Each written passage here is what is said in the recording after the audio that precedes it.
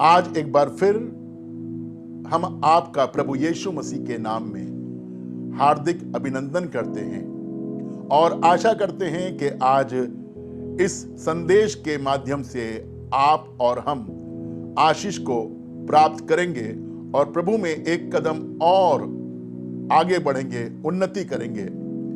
मेरा आपसे अनुरोध है कि आप इस संदेश को जरूर से शेयर करें और कमेंट बॉक्स में अपने प्रार्थना अनुरोध जरूर से डाल दें ताकि हम आपके लिए प्रार्थना कर सकें। पिछले बार हमने आपको मत्ती 5 अध्याय और 6 पद से जिस संदेश को सुनाया उसी को हम आगे बढ़ाते हैं और वहां पर इस प्रकार लिखा है, धन्य है वे जो धर्म के भूखे और प्यासे हैं क्योंकि वे तृप्त होंगे।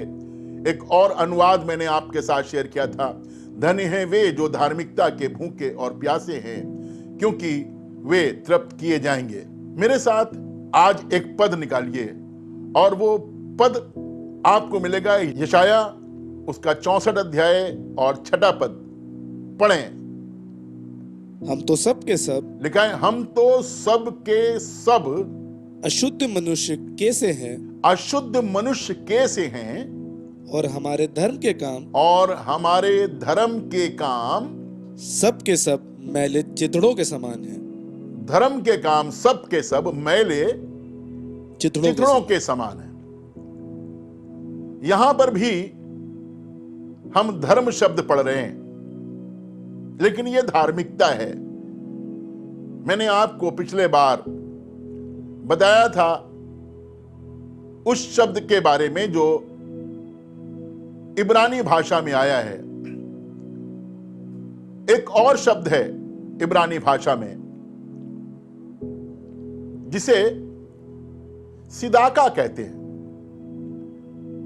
सिदाका का मतलब होता है धार्मिकता। हमारे धार्मिकता के काम मैले चिथड़ों के समान है। हम जो काम करते हैं, हम जो अटेम्प्ट करते हैं ये दिखाने के लिए कि हम धर्मी हैं, हम बौद्ध भक्त हैं, ये वाले काम प्रभु बता रहा है कि ये मैले चिथड़ों के समान हैं। बिल्कुल ऐसे जैसे कि कोई कुख्यात डाकू लूटता है लोगों को और गरीबों की सहायता कर देता है। देश के कानून के मुताबिक वो इतने अच्छे काम करने पर भी, इतने गरीबों की मदद करने पर भी, इतनी लड़कियों की शादी करवा देने के बाद भी वो अपराधी है। जब वो पकड़ा जाता है तो उस पर केस चलता है या उसका एनकाउंटर कर दिया जाता है, सजा मिलती है, कहने का मतलब है। तो हमारे भी जो धार्मिकता के काम हैं वो सब मैले चिथड़ों के समान हैं। हम अपने कपड़ों पर पैबंद लगाते जाते हैं। चिथड़े, वचन में लिखा हुआ है ऐसे मनुष्य के बारे में जिसको चिथड़े पहनने पड़ते हैं। यूं को सुलेमान बता रहा है कि जो शराबी है, जो पीनक वाला है, उसे चिथड़े पहनने पड़ते हैं। जरा सोचिए मनुष्य कैसा दिखता होगा। हम जब धार्मिकता के काम करते हैं या धर्म के काम करते हैं तो ऐसे ही होता है।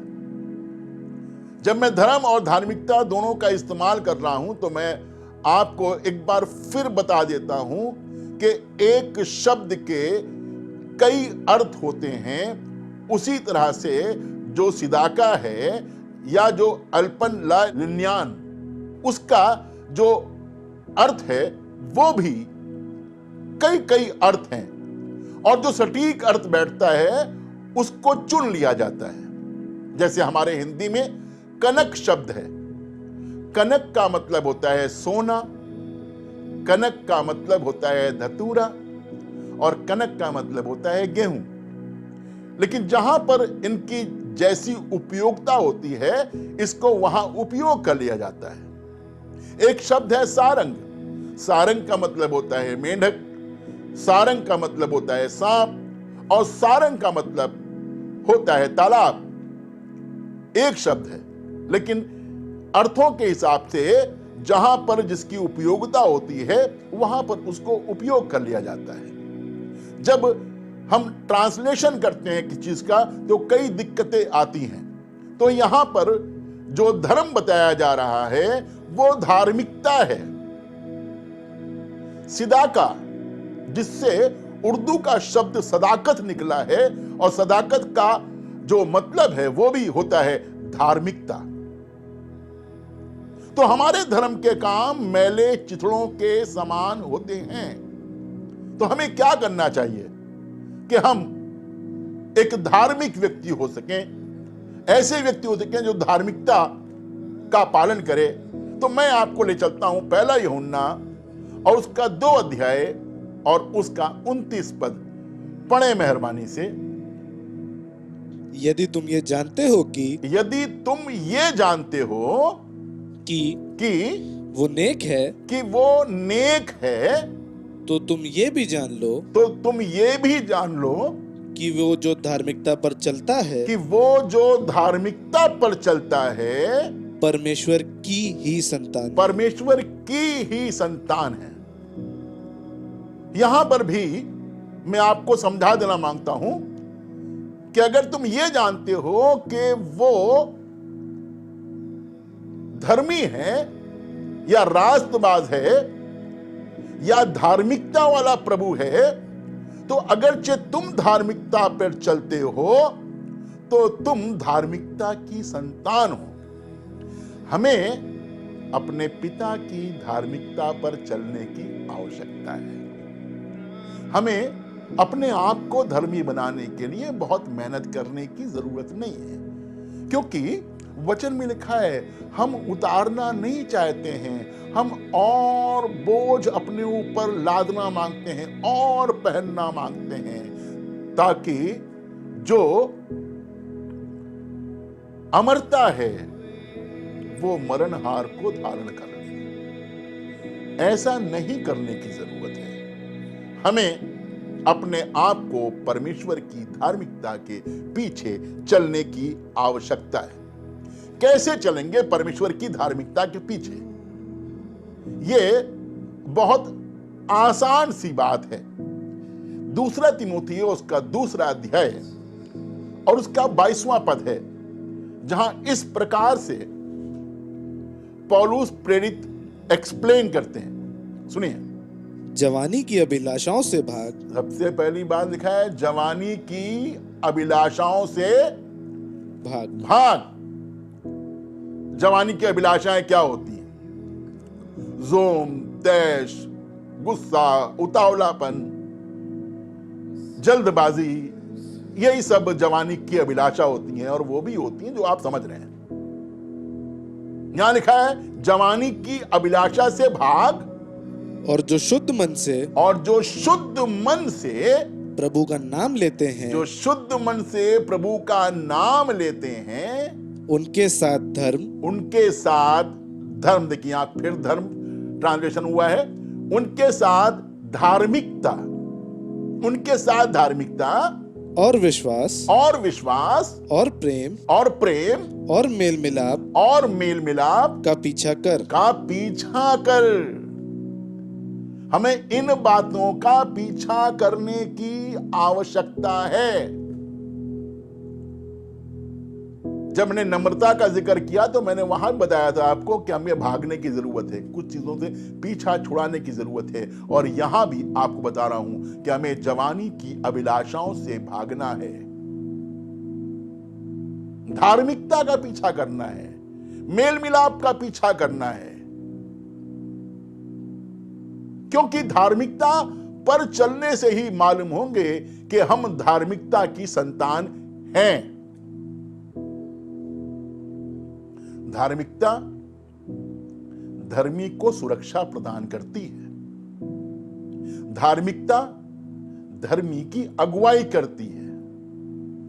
धार्मिकता धर्मी को फल प्रदान करती है।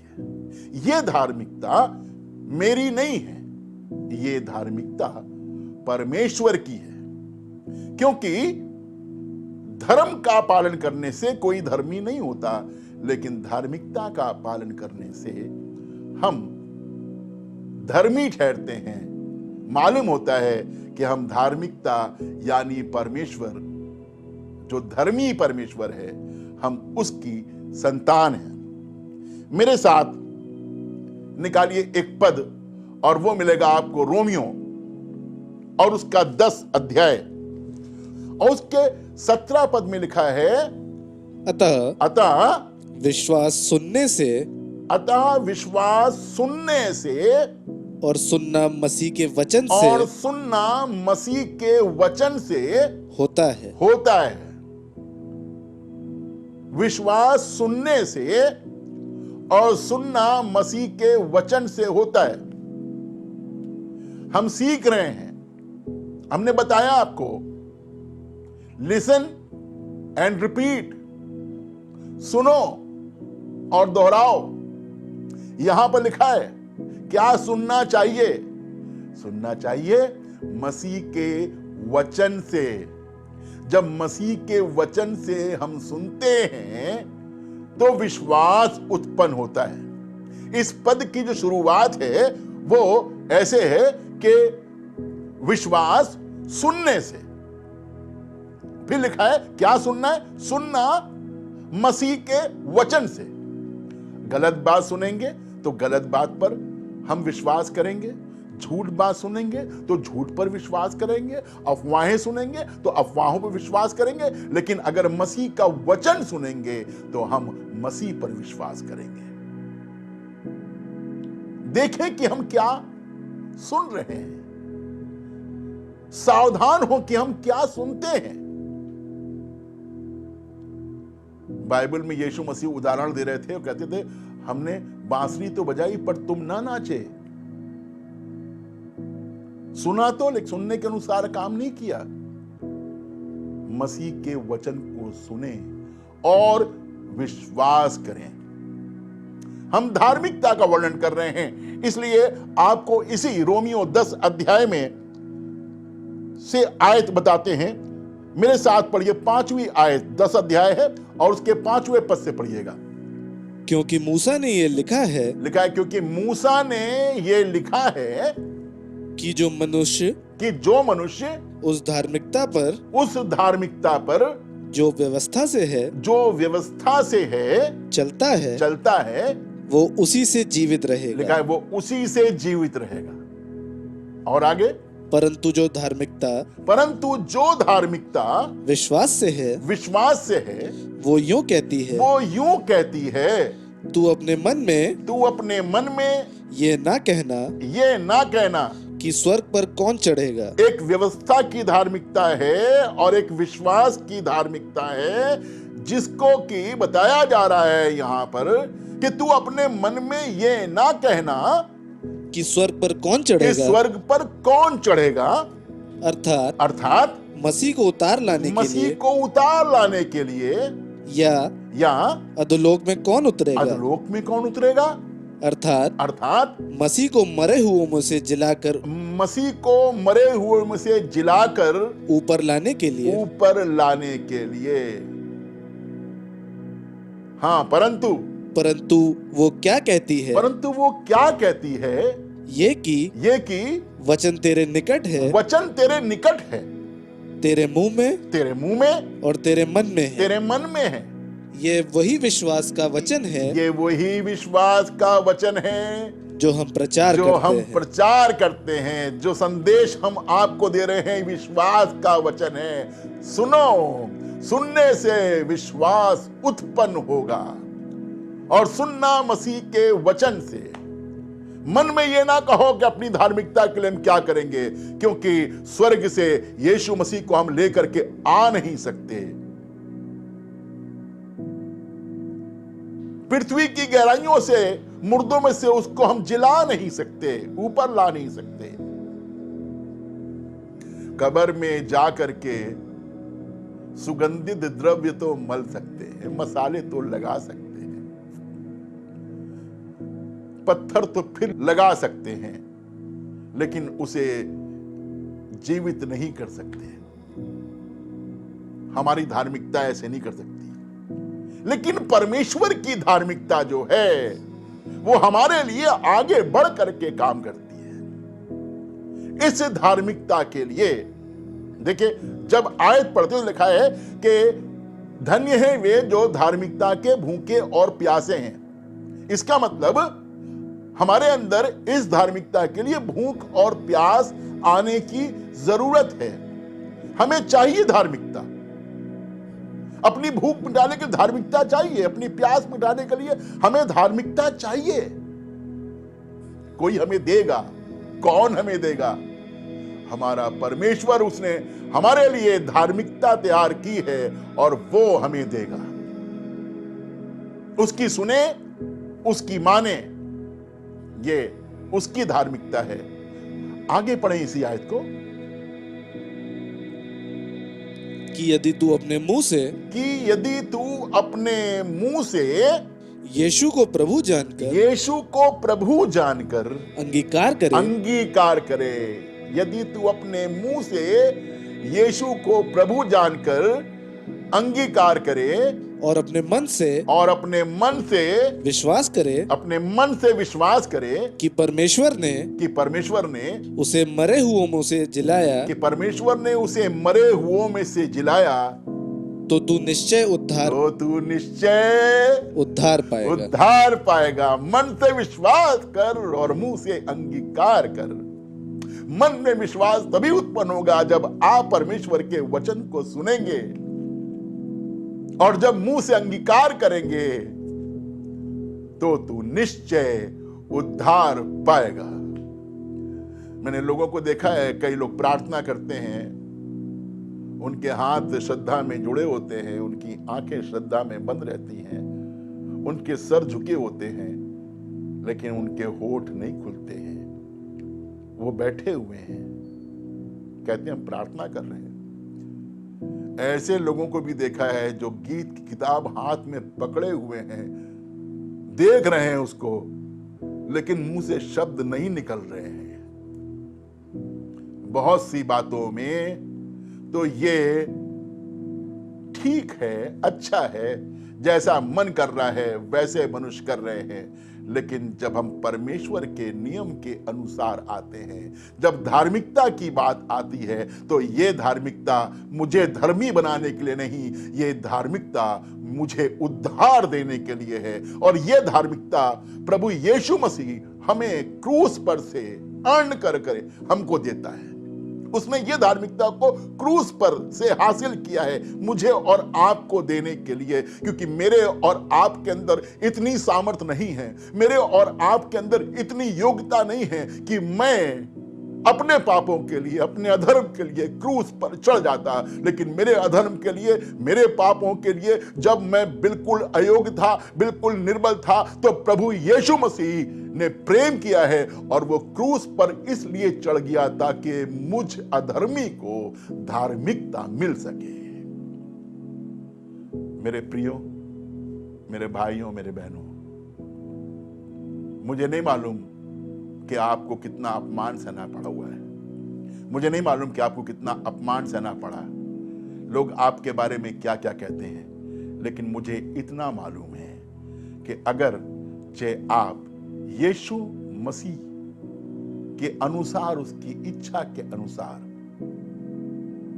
उसके वचन को सुनेंगे, तो आपके मन में विश्वास आएगा। आप परमेश्वर की धार्मिकता को प्राप्त करेंगे। धार्मिकता लेकर के, उद्धार लेकर के, विश्वास लेकर के हमारा प्रभु यीशु मसीह आया है। विश्वास परमेश्वर की ओर से दान है, धार्मिकता परमेश्वर की ओर से दान है, उद्धार परमेश्वर की ओर से हमारे लिए भेंट है। हम इसके लिए कितनी मेहनत करेंगे?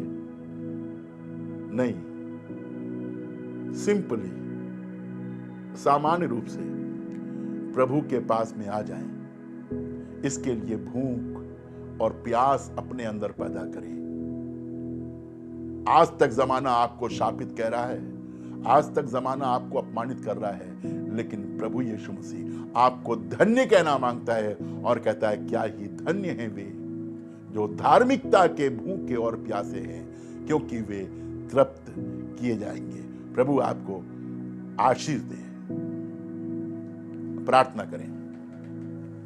प्यारे प्रभु, धन्यवाद करते हैं, तू हमारा बहुत अच्छा प्रभु है। तूने हमें आगे पीछे से घेर के रखा है, चारों ओर तेरी दया है, तेरा अनुग्रह है।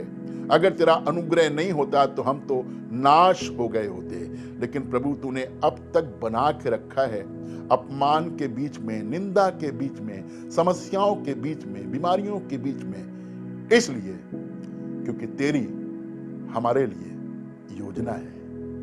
तू नहीं देखना मांगता कि अपने पाप में हम खत्म हो जाएं, तू नहीं देखना मांगता कि हम निंदा को अपने ऊपर सहते रहें, तू नहीं चाहता कि पाप की प्रभुता हम पर हो, तू ये चाहता है कि हमें धन्य कहे। इसलिए अनुग्रह कर ताकि हम तेरी धार्मिकता के भूखे और प्यासे हो जाए।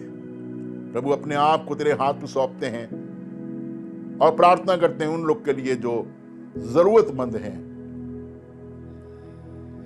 कमजोरी में हैं, बीमारी में हैं, निर्धनता में हैं। अपना हाथ बढ़ा, आशीष दे, छुटकारा दे, सामर्थ्य दे, समस्याओं को सॉल्व कर। यीशु मसीह के नाम से मांगते हैं, आमीन।